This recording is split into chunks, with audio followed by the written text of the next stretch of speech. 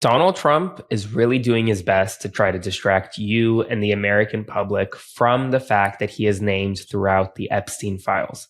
Because now his latest attempt to distract the public is not just to call for the prosecution of Vice President Kamala Harris, but also to suggest that FCC Chairman Brendan Carr, who was the author of the Federal Communications chapter in Project 2025, well, he should start revoking, potentially, the broadcast licenses of major media companies that Donald Trump disagrees with.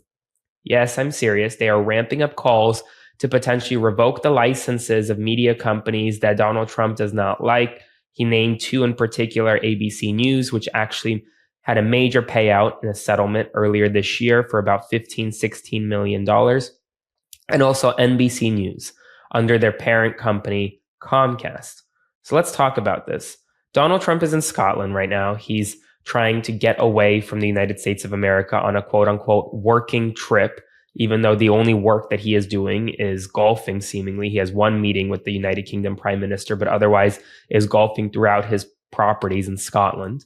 And while in Scotland, he is putting out a number of posts trying to distract the American public from the fact that the Epstein scandal is not going away. The first post he put out calls for the prosecution of Vice President Kamala Harris, of Oprah, of Beyonce, and of Al Sharpton. Why?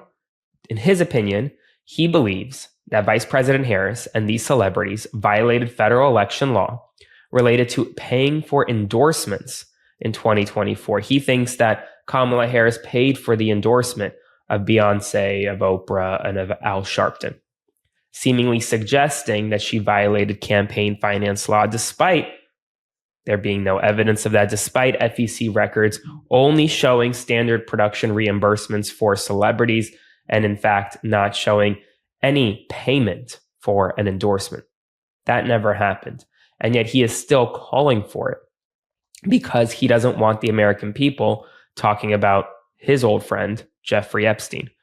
In addition, he threatened to revoke the broadcast licenses of NBC and ABC, accusing them of merely being partisan arms of the Democratic Party. Folks, this is a very serious threat. Yes, he may be trying to distract the American public from the Epstein files, but ultimately, revoking licenses of media companies that the President of the United States disagrees with, it technically is a penalty if you violate the law. But if there is no violation of the law, he can't just do this. But if they were to do this, if the FCC were to revoke the license of ABC or NBC because of their coverage, well, then we're one step closer to authoritarianism. That is what happens in Russia. That is what happens in old Germany. This is not what happens in the United States of America today. And well, now more than ever, independent media is critical. It's critical that we have media that stands up to the president no matter what. That's what I will be doing. I've been doing it for a long time. I'm going to continue doing it. So please consider subscribing to support my work or sending a one-time donation via Venmo to Aaron-Parnas. Yesterday, at least 11 people were stabbed, 6 critically, at a Walmart in Traverse City, Michigan, after a 42-year-old man carried out a random knife attack. Now, the suspect was quickly apprehended by bystanders with help from local authorities, and authorities say the investigation is currently underway. They don't know why this person randomly stabbed these 11 people at this hour. Thankfully, there have been no deaths. A lifelong Republican expressed deep regret over supporting Donald Trump. He went on C-SPAN and said that his presidency has turned the country into a place, quote, full of hateful, mean, horrible people, and vowed never to vote Republican again after 80 years of doing so. This is becoming more and more common. Those who supported the president in 2016 and 2020, and again in 2024, seemingly now aren't willing to go back and support Republicans heading into 2026 and heading into 2028 because of what they are seeing this country devolve into right now with the immigration policy, with the tariffs, and I mean so much more.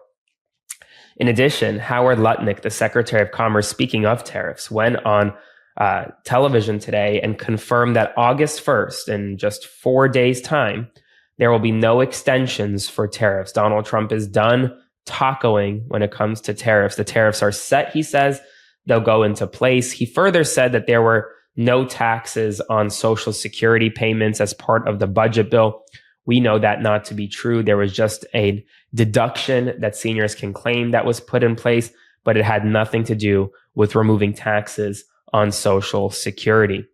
Pete Hegseth, the Secretary of Defense, is in hot water with the White House right now. The White House, according to the Washington Post, has reportedly stepped in to stop Pete Hegseth from routinely using polygraph tests on Pentagon aides after a top aide raised concerns about being subjected to lie detectors as Hegseth's crackdown on media leaks only continues to grow.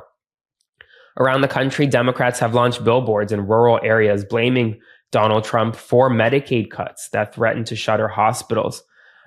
There are about 338 rural hospitals at risk of closing, nearly 12 million people expected to lose coverage. These billboards will be in place across the country. A woman whose mother was murdered in 1994 has now spoken out after the killer, who's a Laotian man, was deported by the United States to South Sudan under a controversial Trump administration policy that allows deportations to third countries where the individual is not from and has no connection to. Doge is reportedly now using an AI tool to identify and delete up to 100,000 federal regulations, aiming to slash up to 50% of all regulations, of all rules in the federal government by January 2026. A youth baseball team from Venezuela was denied visas to come to the United States and barred from competing in the Senior League World Series in South Carolina, likely due to Trump-era travel restrictions. Folks, we need to have a serious conversation about whether it's okay to have the Olympics or the World Cup in the United States of America in 2026 and 2028, given that travel restrictions are prohibiting teams from attending and likely fans as well.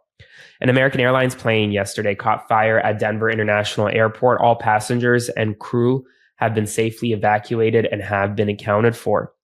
A grenade is missing from the scene of a deadly explosion at a Los Angeles Sheriff's training facility that killed 3 veteran deputies. In Gaza, the IDF announced a temporary halt in military operations in parts of Gaza while fighting does continue in most areas. Israel says it will establish, quote, secure routes for UN and aid agencies to deliver food and medicine. Gaza's health ministry reports 6 more deaths from starvation, totaling 133 since October of 2023. Israel has started aid airdrops into Gaza, a move that has been criticized by humanitarian groups as costly, ineffective, and risky. The Israeli military intercepted Handala, which is a civilian aid flotilla carrying baby formula and medicine in international waters, detaining passengers and seizing cargo. That's all the news right now. If you want to support my work, subscribe today or click the button by clicking the button below, or send a one-time donation via Venmo to Aaron-Parnas, and I'll see you this evening.